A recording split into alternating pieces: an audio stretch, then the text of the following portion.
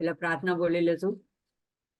રિંકારાસન ગર્ભિતાનલશિકામ સૌક્લિંકલામ બિભ્રતિમ સૌવર્ણામ વરધારિણીમ વરસુધામ તાંત્રિનેત્રોજ્વલામ વંદે પુસ્તકપાશમંકુશધરામ સ્રગ્ભૂષિતામ ઉજ્જવલામ ત્વાં ગૌરીમ ત્રિપુરામ પરાત્પરકલામ શ્રીચક્ર સંચારિણીમ.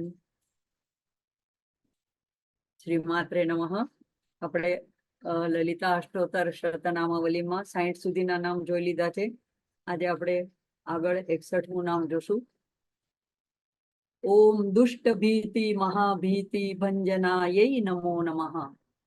તો મને એમ છે કે બધાએ થોડા નામ લખી જ લીધા હશે. જાગૃતિબેન જ્યાં સુધી શેર કરે ત્યાં સુધી. દુષ્ટ ભીતિ મહાભીતિ ભંજનાય નમો નમઃ. દુષ્ટ કોને કહેવાય છે? તો જે લોકો બીજા લોકોની ઉપર ડર ફેલાવે છે, ત્રાસ આપે છે, એ લોકોને ભય અપાવે છે, આતંક કરે છે.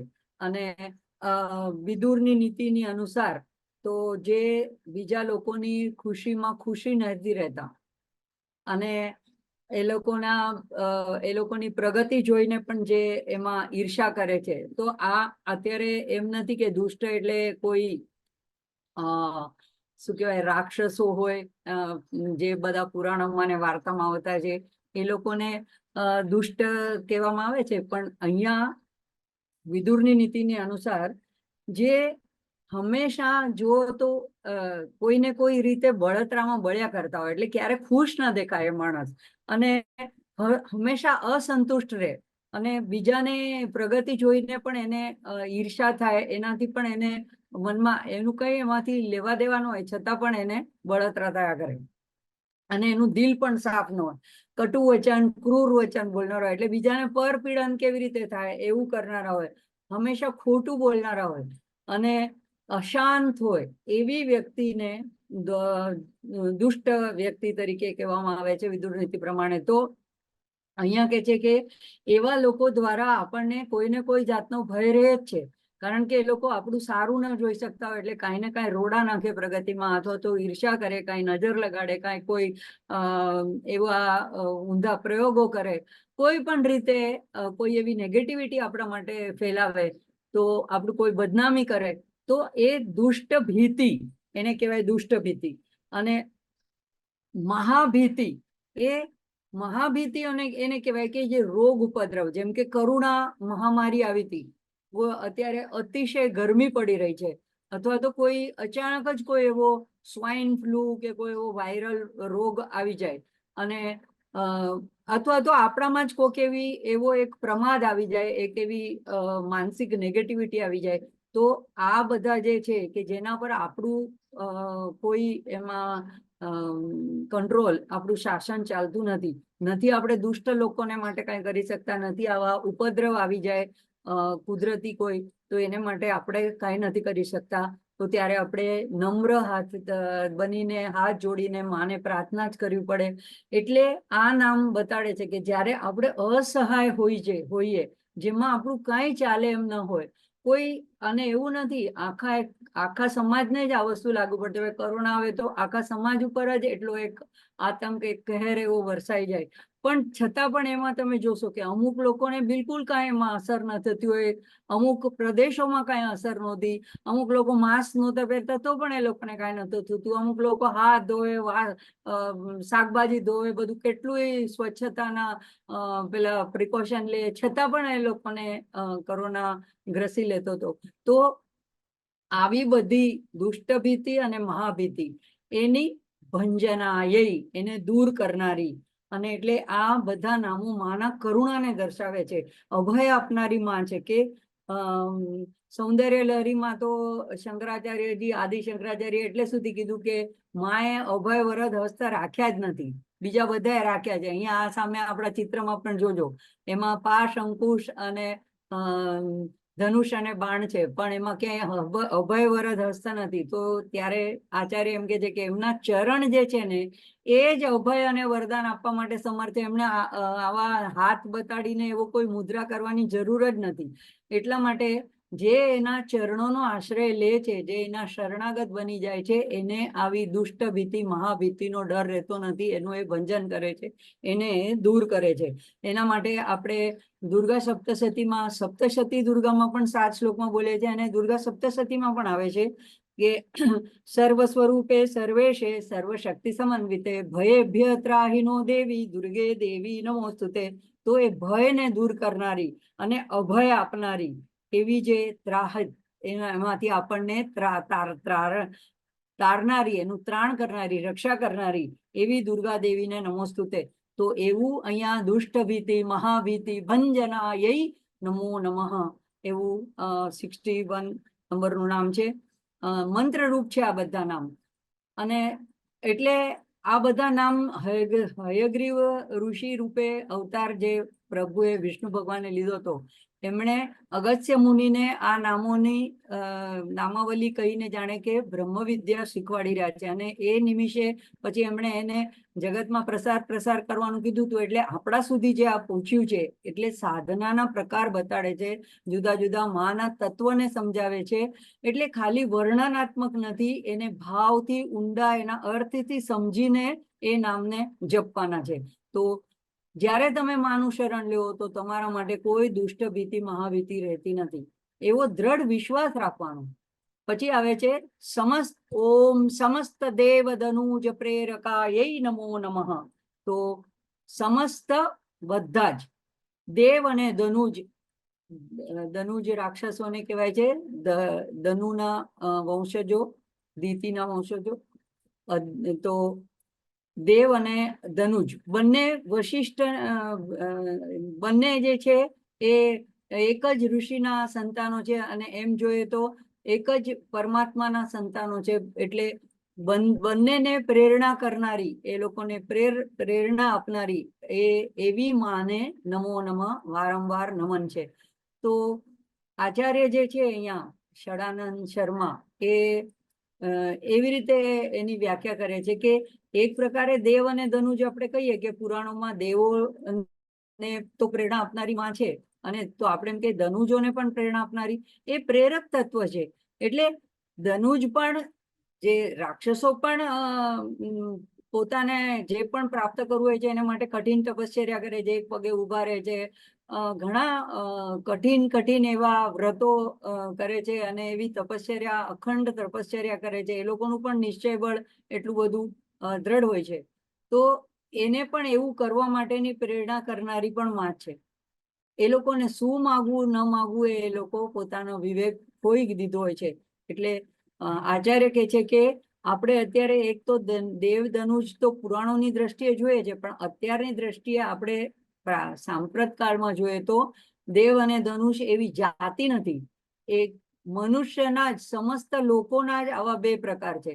જે ધર્મ પ્રમાણે જીવન જીવે છે એ દૈવી અંશ છે, કારણ કે ભગવાને જ કીધું છે મમૈવ અંશો જીવ લોકે, તો જીવભૂત સનાતન. જો આપણે ભગવાનના અંશ હોઈએ, અને જેવી રીતે વ્યાસ 2 હાથ ઊંચા કરીને છે કે અમૃતસ્ય પુત્રાહ, તો આપણે બધા અમૃતના પુત્રો છીએ, તો આપણે બધા દેવ જ છીએ. તો એ એક કેટેગરી થઈ, પ્રકાર થયો.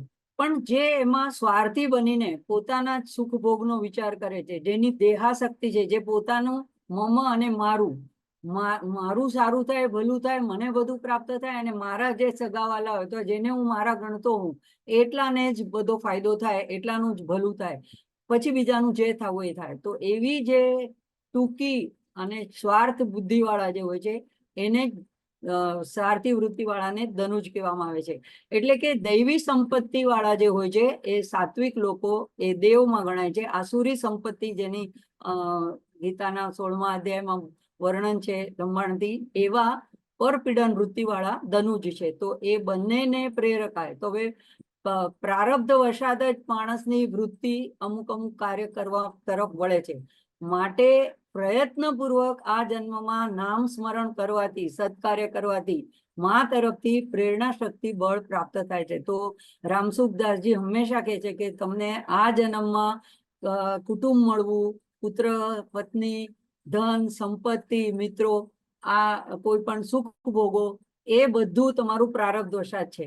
પણ નામ સ્મરણ કરવું, તમે કોઈ વ્રત આચરણ કરવું, કોઈ ધર્માચરણ કરવું, કોઈ સત્સંગ કરવો, એ પ્રારબ્ધ વરસાદ નથી. એ તમારે પ્રયત્નપૂર્વક વિવેક બુદ્ધિથી કરવાનું છે. એ તમારે નવું કર્મ કરવાનું છે.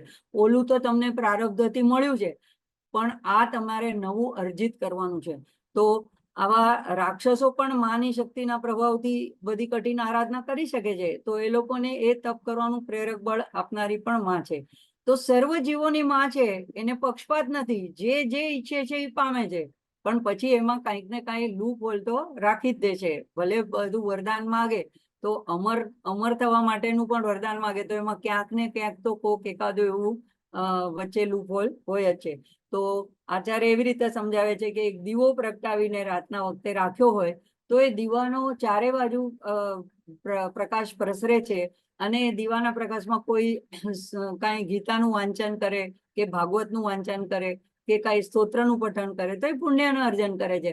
પણ એ જ દીવાના પ્રકાશમાં કોઈ ખરાબ કાર્ય કરે, અધર્મનું કાર્ય કરે, ચોરી કરે તો એ પાપનો ભાગીદાર બને છે. તો એમાં દીપ જે છે એ પોતે પોતાનો ઉજાસ આપવામાં, કાંતિ ફેલાવવામાં ક્યાંય પક્ષપાત કરતો નથી.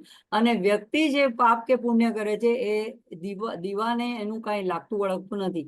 એ એક સાક્ષી ભાવે હોય છે. એવી રીતે માં પ્રેરક બળ ચૈતન્ય રૂપિણી છે, પણ આપણા પાપ કે પુણ્યમાં એનો ભાગ નથી. એટલે એ તો પુણ્ય હજી આપણે સમર્પિત કરી શકીએ કૃષ્ણાર્પણમસ્તુ કે દુર્ગાર્પણમસ્તુ કરીને, અને એ ભોગવવા માટે ફરીથી ના આવવું હોય તો એ છૂટ આપણને છે. પણ પાપ તો ભોગવવું જ પડે છે, અને ભોગવે છૂટો થાય. હા, પછી એમાં રાહતમાં કરી શકે છે. અને જો એકવાર જ્ઞાન થઈ જાય, આત્મજ્ઞાન થઈ જાય, તો પછી કોઈ એકાઉન્ટ્સ બાકી રહેતા નથી. કારણ કે ઘાસની એક ગંજીમાં એક નાની દિવાસળી પડે ને જે બધું ભસ્મીભૂત થઈ જાય, એવી રીતે માના જ્ઞાન રૂપી એક દિવાસળીથી આગળના બધા કર્મો ભસ્મીભૂત થઈ જાય. તો અહીંયા સમસ્ત દેવદનુજ પ્રેરકાય નમો નમઃ. તો આમાં આપણે સર્વના હૃદયમાં છે, તો એમ થાય કે સર્વને પ્રાપ્ત કેમ નથી થતી?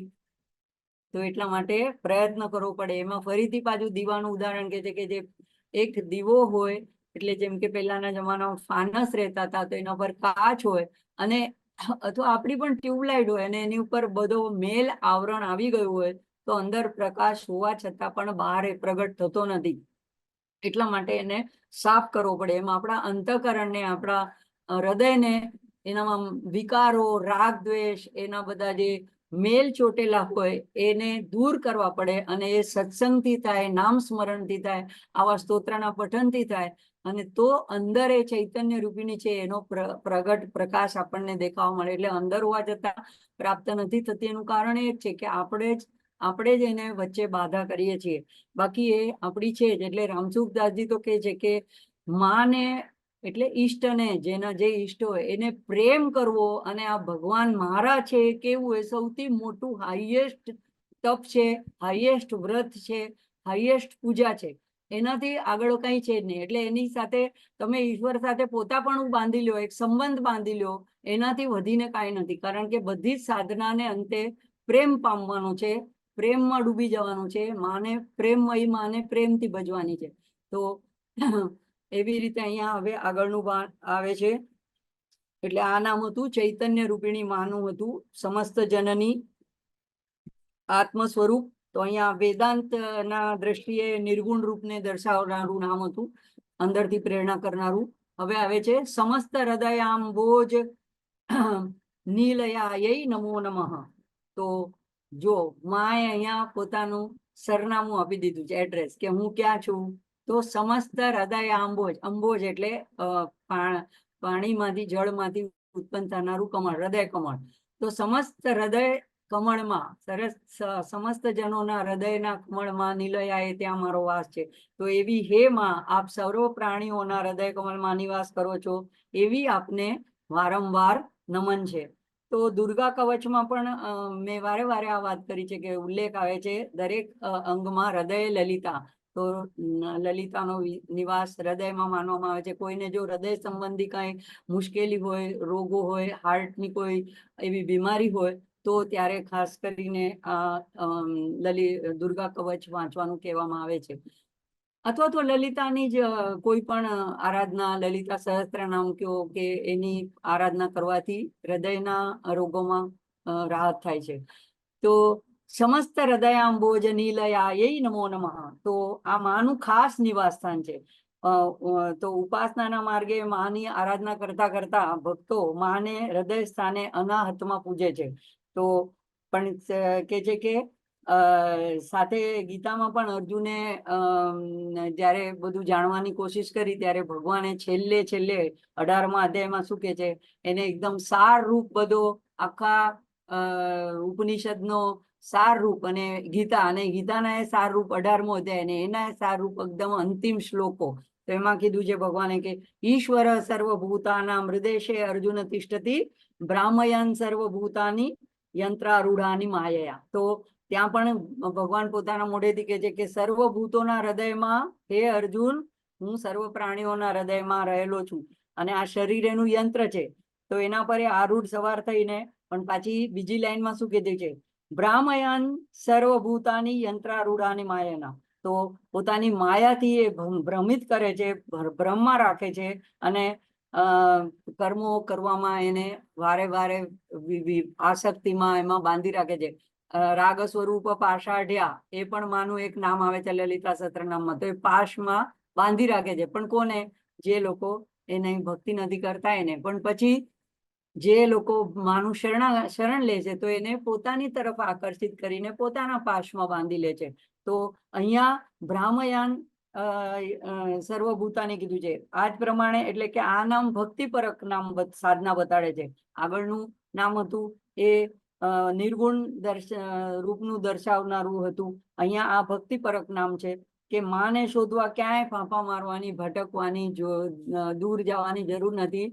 દરેકના હૃદયમાં એ નિવાસ છે. અને એના માટે આપણે આપણા હૃદયને માની ભક્તિથી, શ્રદ્ધાથી, સત્સંગથી, ભજનથી, જપથી, કીર્તનથી, સ્વાધ્યાયથી આપણને જે રસ્તો સારો લાગે, જે રુચિ હોય એનાથી પ્રેમથી ભરી દેવાનું છે. અને એવા પ્રેમ રૂપી સરોવરમાં માં હંસીની રૂપે વિહાર કરે છે.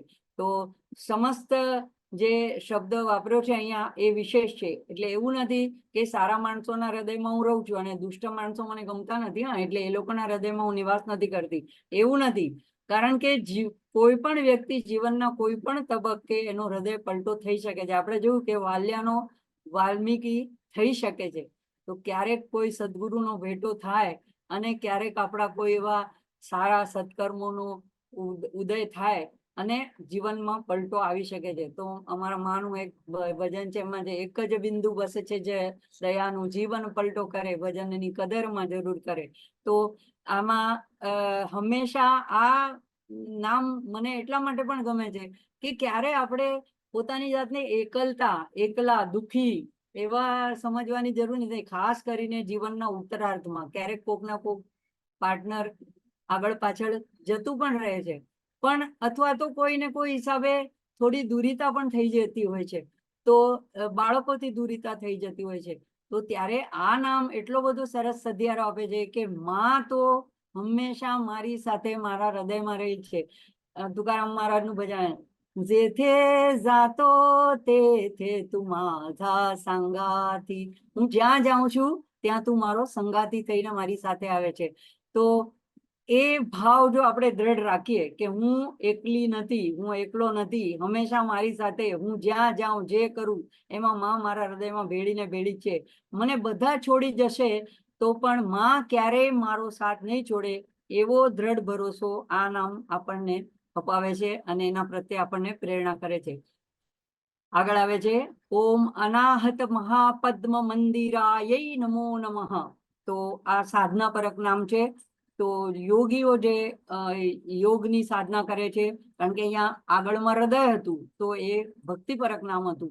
આ અનાહત મહાપદ્મ, હૃદય આપણું જે છે એ એક અલગ વસ્તુ છે, ભાવનાનું કેન્દ્ર. અને અહીંયા અનાહત જે છે ઉર્જા કેન્દ્ર છે. એ નાભીથી થોડા અંગુલ ઉપર છે, એ સેન્ટરમાં છે. આપણે જે વૈજ્ઞાનિકો જે હૃદયની વાત કરે છે એ ડાબી બાજુ છે, પણ જે યોગ પરક અનાહત મહાપદ્મ છે એ સેન્ટરમાં છે, આપણા સુષુમ્ના નાડીના માર્ગમાં આવેલું છે. તો અનાહત એ હૃદય સ્થાનનું કહેવાય છે ઉર્જા કેન્દ્ર. અને એટલે હે માં, આપ મારા અનાહત ચક્રમાં, અનાહત ચક્ર રૂપી, મહાપદ્મ રૂપી મંદિરમાં આપ સ્થાપિત છો, અને એવા આપને મારા વારંવાર નમન છે. તો મંદિર કીધું, જો મંદિર ક્યારે કહી શકાય? એક અમસ્તુ ઓરડો હોય અને એમાં મૂર્તિ ના હોય તો આપણે એને મંદિર નથી કહેતા. મંદિર ક્યારે કહીએ? જે આપણે કોઈ મંદિરે જઈએ છીએ, દર્શન કરવા જઈએ, તો અંદર એક મૂર્તિ તો હોવી જ જોઈએ.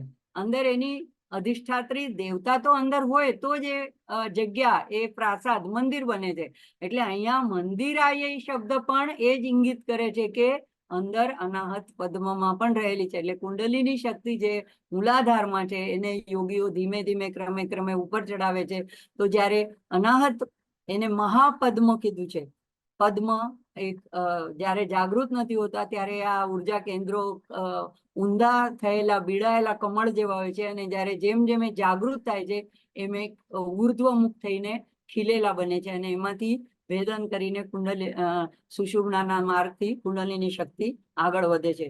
તો આપણે આ મહા એટલે મોટું, મહાન, ઉત્કૃષ્ટ એવું પદ્મ કહ્યું છે. કારણ કે સૌથી વધારે આપણા વ્યક્તિત્વનો ભાગ, આપણે ગમે તેટલા બુદ્ધિશાળી હોઈએ પણ વધારે આપણી જો ગણતરી થતી હોય અથવા આપણા સંબંધો બીજા સાથે ના હોય તો એ લાગણીથી, આપણા પ્રેમથી, ભાવનાથી ટકેલા છે, રહેલા છે. બુદ્ધિથી સંબંધો ટકેલા નથી હોતા. બુદ્ધિને લોકો આદર કરે છે. કોઈ બહુ ઉત્કૃષ્ટ બુદ્ધિ વાળો હોય તો કહેશે કે હા બહુ બુદ્ધિશાળી છે, પણ કોઈ જરાય બુદ્ધિ વાળું ન હોય પણ એ બહુ જ પ્રેમ વાળો હોય, બહુ જ લાગણી વાળો હોય તો એને વધારે પ્રિય બને છે બધામાં. તો એટલા માટે આ એક ભાવનાનું, પ્રેમનું કેન્દ્ર છે, એટલે માનું મંદિર છે, અને એની અધિષ્ઠાત્રી દેવી ત્યાં માં એ મંદિરમાં નિવાસ કરે છે, અને યોગીઓ એના દર્શન કરે છે. હવે સૌંદર્ય લહરી, જો જેણે હિન્દી વાળું વ્યાખ્યાન સાંભળ્યું હોય તો એમાં શ્લોક નંબર 38માં વર્ણન આવે છે.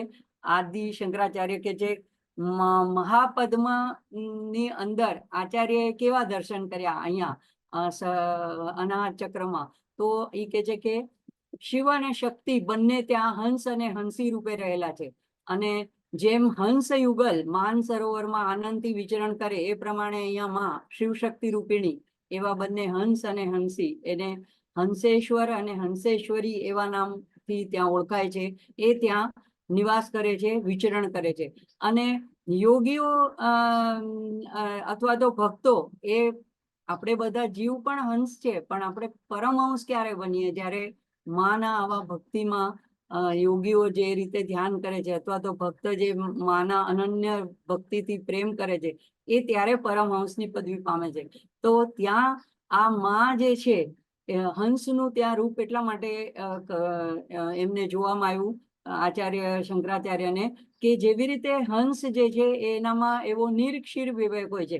એ પાણીમાંથી દૂધને ખાલી ગ્રહણ કરે છે, પાણી પાણી છોડી દે છે. એનો અર્થ શું? કે ગુણ ગુણ ગ્રહણ કરે છે, દોષ દોષ છોડી દે છે. તો માને એવા હંસની ઉપમા આપવામાં આવી ત્યાં, કે જે એના શરણાગત ભક્તો હોય છે, એના ગમે તેટલા દોષ હોય, દોષોને, વિકારોને,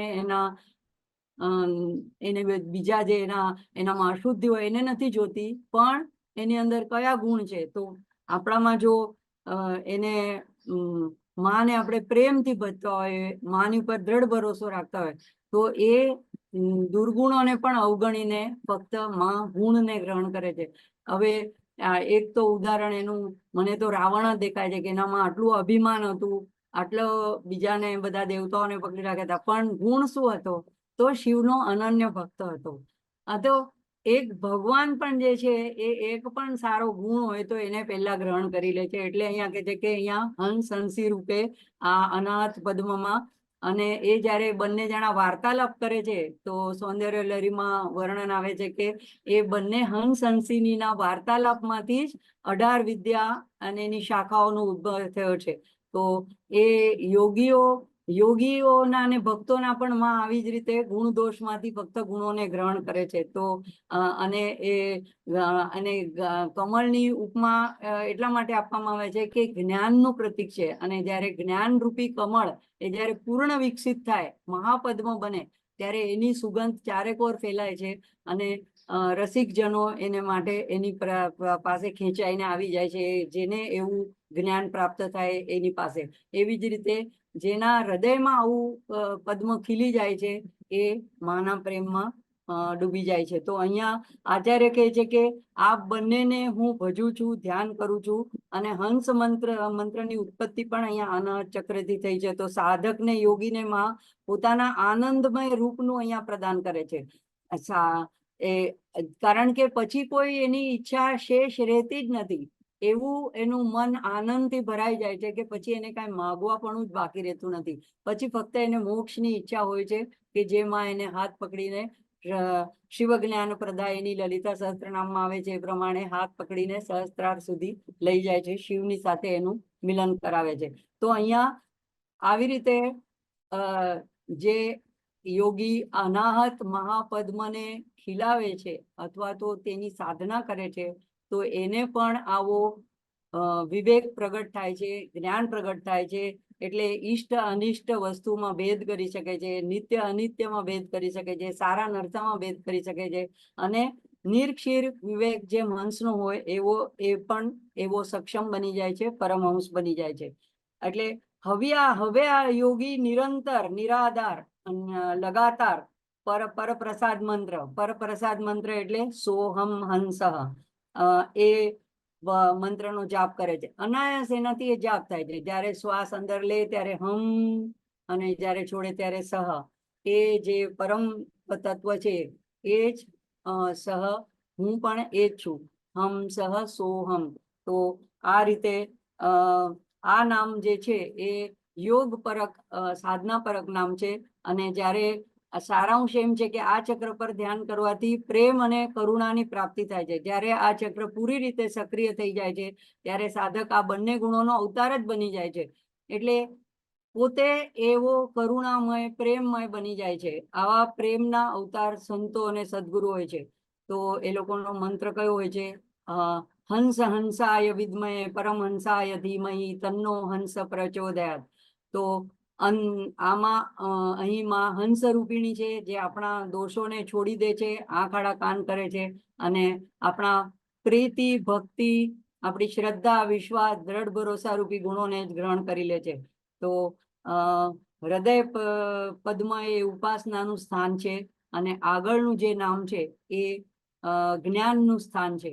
તો આગળના નામ પર વધશું આપણે. સહસ્રાર નથી, સહસ્રાર સરોજાત વાસિતાય નમો નમઃ. તો સહસ્ત્ર પદ્મની અહીંયા વાત છે. મહાપદ્મ જે કીધું, અનાહત અને મહાપદ્મ પછી જોડાયેલા છે. અનાહતને પણ મહાપદ્મ કહેવાય છે ઉપાસનાની દ્રષ્ટિએ, અને સહસ્ત્રાને પણ મહાપદ્મ કહેવાય છે જ્ઞાનની દ્રષ્ટિએ. તો સહસ્ત્રાર સરોજાત એટલે કમલ. તો એ એવું ષટચક્રોની ઉપર જે સહસ્ત્ર દલમાં છે એમાં નિવાસ કરતી એવી માને હું વારંવાર નમન કરું છું. તો અનાહત પછીનું આ મુખ્ય ઉર્જા કેન્દ્ર છે, અને મસ્તિષ્ક પર બ્રહ્મરંધ્રમાં આવેલું છે. અને ત્યાં યોગીઓ ધ્યાન કરીને ત્યાં સુધી કુંડલિનીને લઈ જાય છે. તો મૂલાધારથી શરૂ કરીને ક્રમે ક્રમે એક એક ચક્રના ભેદન કરતી સહસ્ત્રાર સુધી જ્યારે કુંડલિની ઉપર ઉઠે છે, તો ત્યાં શિવ શક્તિનું મિલન થાય છે. અને ચંદ્રમંડલમાં ત્યાંમાં શિવ શક્તિ રૂપિણી હોય છે, બંનેમાં અભેદ હોય છે. અને ત્યાં સહસ્ત્રારના પદ્મો પર આપણે જઈએ છીએ, જાણીએ છીએ કે બધી જ માતૃકા શક્તિઓ વિરાજિત છે આ માની સેવામાં. તો જ્યારે કુંડલિની અહીંયા પહોંચે છે ત્યારે આધ્યાત્મિક અમૃતનો શ્રાવ થાય છે, એનો વરસાદ થાય છે.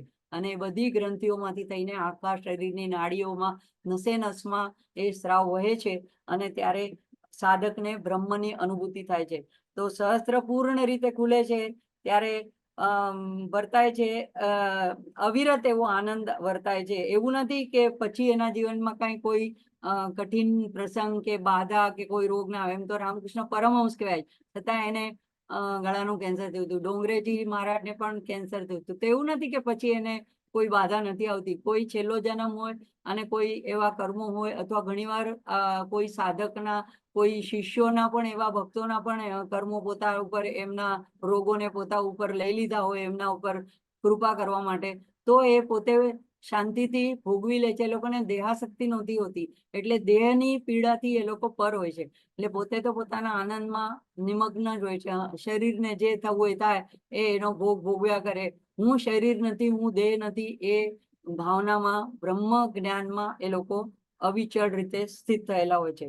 એટલે આ અહેતુક એવી આનંદની સ્થિતિમાં જ રહે છે, અને પછી કંઈ જ પ્રાપ્ત કરવાનું બાકી રહેતું નથી. મને લાગે છે કે આજે આપણે અહીંયા રોકાઈએ. જાગૃતિબેનને કદાચ મીટિંગમાં નીકળવું પડશે, તો આપણે હવે આનું બટન લઈ લઈએ. નહીં, મારું ચાલુ છે હજી, ઝરણા ભાભી, વાંધો નથી. ઓકે, તો હું આગળ ફોનથી જોડાઈ છું મીટિંગમાં, એટલે કંઈક મોડું વહેલું થશે બસ. ઓકે, તો આગળ 66મું નામ લઈ લઈએ. આના પછી હા, પુનરાવૃત્તિ રહિત પુરસ્થાય નમો નમઃ. તો હવે આ મોક્ષ પરક એવું આગળ જેમ કીધું કે સહસ્ત્રાર્થ સુધી પહોંચી જાય, અને જેને બ્રહ્મની પ્રાપ્તિ થાય, બ્રહ્માનંદ પ્રાપ્ત થાય, જે શિવ શક્તિના સ્વરૂપના દર્શન કરે સહસ્ત્રારમાં, ત્યાં સુધી જે યોગીઓ પહોંચી જાય છે. તો એ સ્થાન કેવું છે, હવે એનું વર્ણન છે. તો માં જે એવા પરમધામની, એવા પૂરની એવી નિવાસી છે, જ્યાંથી વૃત્તિ પુનરાગમન થતું નથી, એવા પૂરની વાસીનીને વારંવાર નમન છે. પુનરાવૃત્તિ રહિત પુરસ્થાય નમો નમઃ.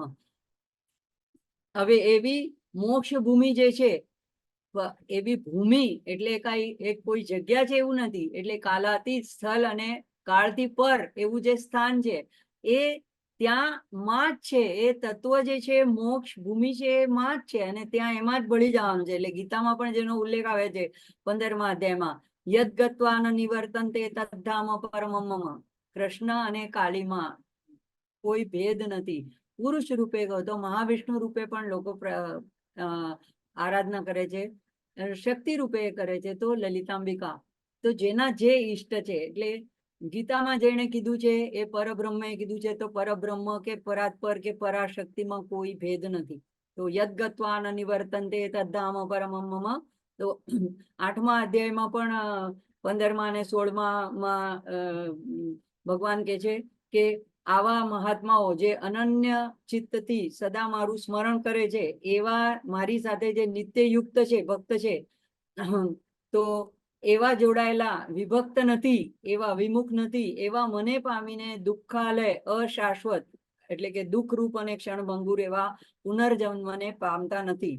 અને એટલા માટે ગમે તેટલા યજ્ઞ યાગ, સત્કર્મ, પુણ્યકર્મ કરો તો સ્વર્ગ કે બ્રહ્મલોક સુધીના લોક પ્રાપ્ત થાય છે.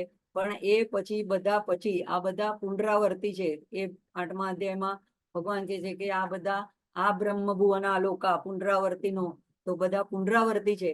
અને જ્યારે અહીં જે માના ધામની, પરમધામની વાત થાય છે, એ પુનરાવર્તી રહિત છે. એટલે કે જન્મ મૃત્યુના ચક્રથી મુક્તિ પ્રદાન કરનારી અને મોક્ષદાયિની છે. તો ક્યારે આ લોકની પ્રાપ્તિ થાય છે, અથવા તો કોને થાય છે? તો જેણે, એ પણ 15મા અધ્યાયમાં આપણે શ્લોક જોવો પડે, નિર્માન મોહાદિત સંગ દોષા.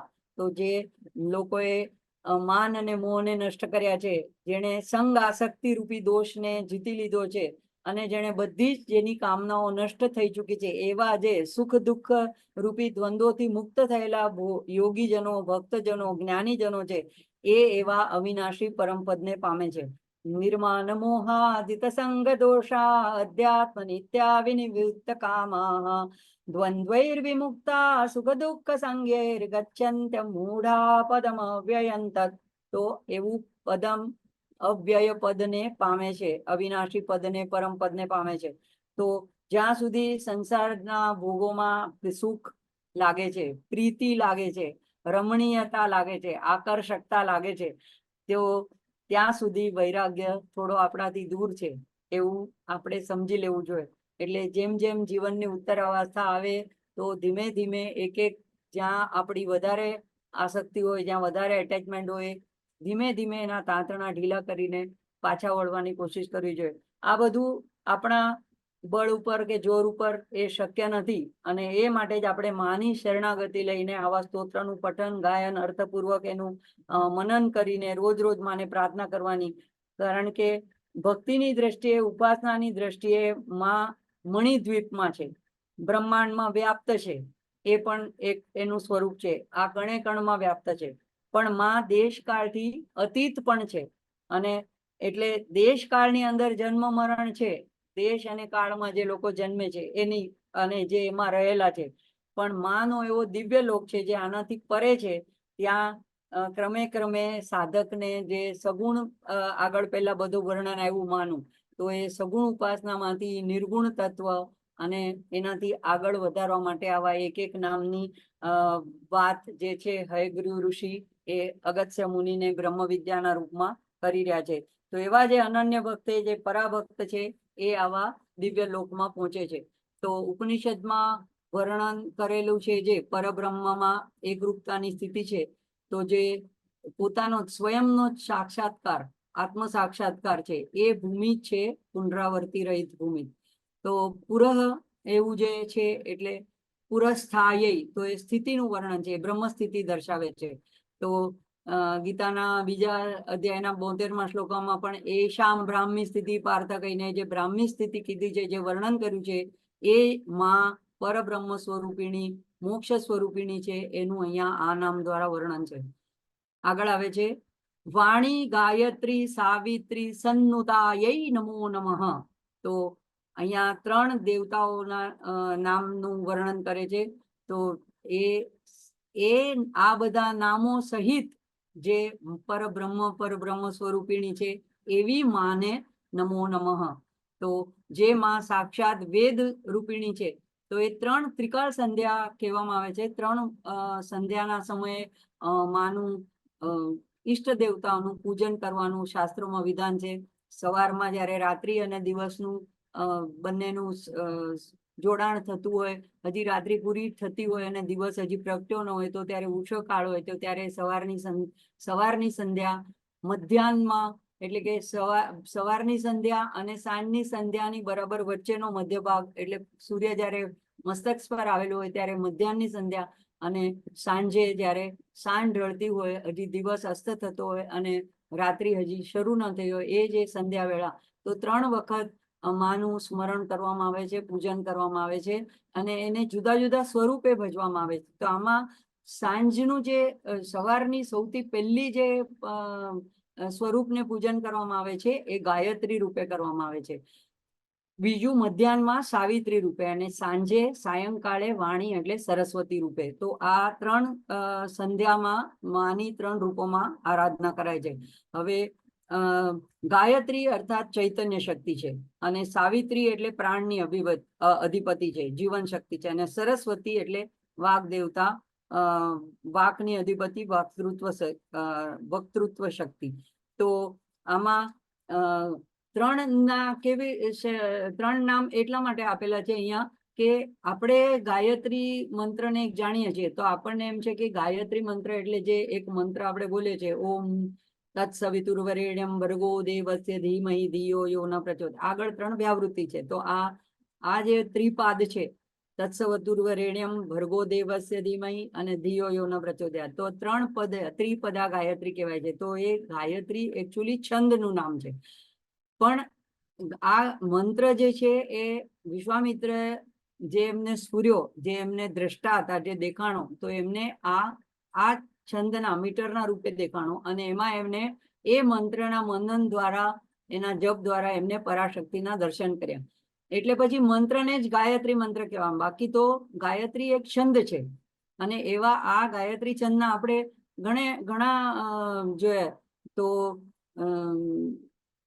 મને એમ છે કે ખડગમાલામાં દેવી ગાયત્રી છંદ, તો ગાયત્રી છંદ એ છંદ ઘણામાં પ્રયોજિત થાય છે, અને શાસ્ત્રોમાં, વેદોમાં ઘણા મંત્રો આ છંદમાં પ્રયુક્ત થયેલા છે. પણ એ બધા મંત્રો એટલા પ્રચલિત નથી, અથવા એને એટલી મહત્તા પ્રાપ્ત નથી. પણ આ મંત્રને છે, તો આ મંત્ર એ ભગવતીનું જ સ્વરૂપ છે, એટલે માટે એને ભજતી વખતે પણ એક સ્વરૂપ દેવીનું આપવામાં આવ્યું છે.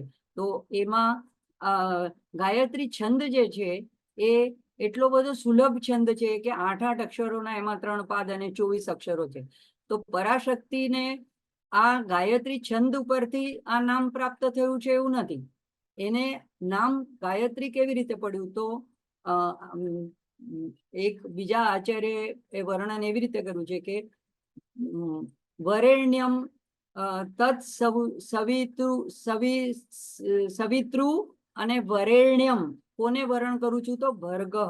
તો વરેણ્યમ ભર્ગ જે છે વરણ કરવા યોગ્ય જે ભર્ગ, તો સૂર્ય કહેવામાં આવે છે. પણ એટલે સૂર્ય એટલે આ ભૌતિક આપણને આકાશમાં દેખાય છે સૂર્યની વાત નથી. એક શ્રેષ્ઠ તેજ, શ્રેષ્ઠ કિરણ, શ્રેષ્ઠ જ્યોતિ, એને હું વરણ કરું છું. એ તેજને હું વરણ કરું છું. અને તેજ પ્રકાશનો અર્થ છે કે અજ્ઞાન અંધકારને જે દૂર કરે છે. એ જ્યારે તેજ આવી જાય, પ્રકાશ આવી જાય એટલે અંધકાર ત્યાં ઊભો જ રહી નથી શકતો.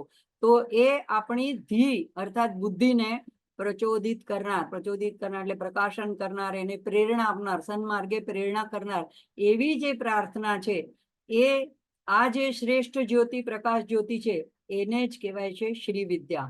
એ જ જ્ઞાનનો પ્રકાશ છે, શ્રેષ્ઠ પ્રકાશ છે.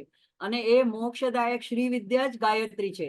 તો ગાયત્રીનો અર્થ થાય છે ગાયંતમ ત્રાયતે ઇતિ ગાયત્રી.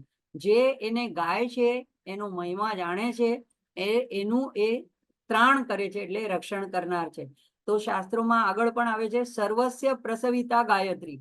પ્રસવિતા એટલે પ્રસવ કરનાર, એટલે બધાને જન્મ દેવનારી ગાયત્રી છે. આમ ગાયત્રીમાંથી જ વેદોની ઉત્પત્તિ થઈ, એટલે વેદ જનની બની, વેદ માતા બની. અને ત્રિષુ ગમનમ યસ્યાહા સા, એવો પણ એનો એક વાક્ય આવે છે ઉપનિષદમાં. એમ કહીને પણ એનો વિગ્રહ કરાય છે. તો એટલે કે ત્રણેયમાં જેનું ગમન છે. કઈ ત્રણ વસ્તુમાં? તો ઋગ્વેદ, યજુર્વેદ, સામવેદ. આમાં એની સમાન ગતિ છે, એટલે સરસ્વતી રૂપ છે. વાણીની, વિદ્યાની, કલાની અધિષ્ઠાત્રી છે. અહીં ગાયત્રી સરસ્વતી વાણી બની ગઈ છે. પછી ત્રાયંતે ગયાહા યયા સા ગાયત્રી. ગયાહા એને ઉપનિષદમાં પંચ પ્રાણ કહેવામાં આવે છે. તો જેનાથી પ્રાણોની રક્ષા થાય છે, એ છે ગાયત્રી. આ અર્થમાં એ સાવિત્રી બને છે, એટલે કે પ્રાણોની અધિપતિ બને છે, જીવન શક્તિ બને છે. તો એ આમ ગાયત્રી જે ચૈતન્ય શક્તિ છે, પરાશક્તિ છે, લલિતાંબિકા છે, એ જ ગાયત્રી પણ છે, એ જ સાવિત્રી પણ છે, એ જ સરસ્વતી રૂપ પણ છે. તો એ ત્રણેય રૂપમાં લલિતાંબિકાનું ત્રણ સંધ્યામાં આ ત્રણ નામોથી, ત્રણ શક્તિથી આરાધના કરવામાં આવે છે, પૂજા કરવામાં આવે છે. આમ ગાયત્રી એ સવિતૃ, એને જે પ્રાર્થના કરવામાં આવી છે. તો આપણે લૌકિક અર્થમાં એમ સમજીએ છીએ કે ભૌતિક સૂર્યને જોઈને અર્ઘ્ય આપે છે, એટલે સૂર્યને. પણ ન તદ્ભાસતે તે સૂર્યો ન શશાંકો ન પાવક. તો ભગવાને જે કીધું છે તદ્ધામ, મારું જે ધામ છે, એમાં આ સૂર્ય, ચંદ્ર, તારા, નક્ષત્ર, અગ્નિનું કઈ કામ નથી. એના પ્રકાશની કઈ ત્યાં પ્રકાશિત નથી. એનો મતલબ કે ત્યાં અંધારું છે. પણ એ સ્વયં પ્રકાશ ધામ છે, એ કરોડો કરોડો સૂર્યનું ધામ છે. તો એવું જે પ્રકાશ છે, એવો એ જે વિદ્યા છે, એ જે જ્યોતિ છે, એ જ્યોતિ જે અનેક કોટી કોટી બ્રહ્માંડોના સૂર્યમંડળોને પણ જે તેજ આપી રહી છે અને જેને ચલાવી રહી છે, એ સવિતૃનું ધ્યાન કરવામાં આવે છે. તો યોગી આવા આ બૃહદ સવિત્રનું સહસ્ત્રારમાં દર્શન કરી શકે છે યોગ બળથી. તો એવું આ પરાત્પર તત્વ છે. અને અહીંયા એટલે પરાત્પર પરાશક્તિ રૂપિણી માનું આ પૂજન આ રીતે ત્રણ. આ ફરી ગયું છે તમારું જાગૃતિબેન. તો આ એવી શક્તિને, ચૈતન્ય શક્તિને, જે આપણામાં પણ આપણા ઇન્દ્રિયો, ભાવના, બુદ્ધિને બધાને ચલાવે છે, એને વારંવાર નમન છે. મને એમ છે કે અહીંયા આપણે રોકાશું. જાગૃતિબેન, તમારે આગળનું સ્લાઇડ આવી ગઈ હતી.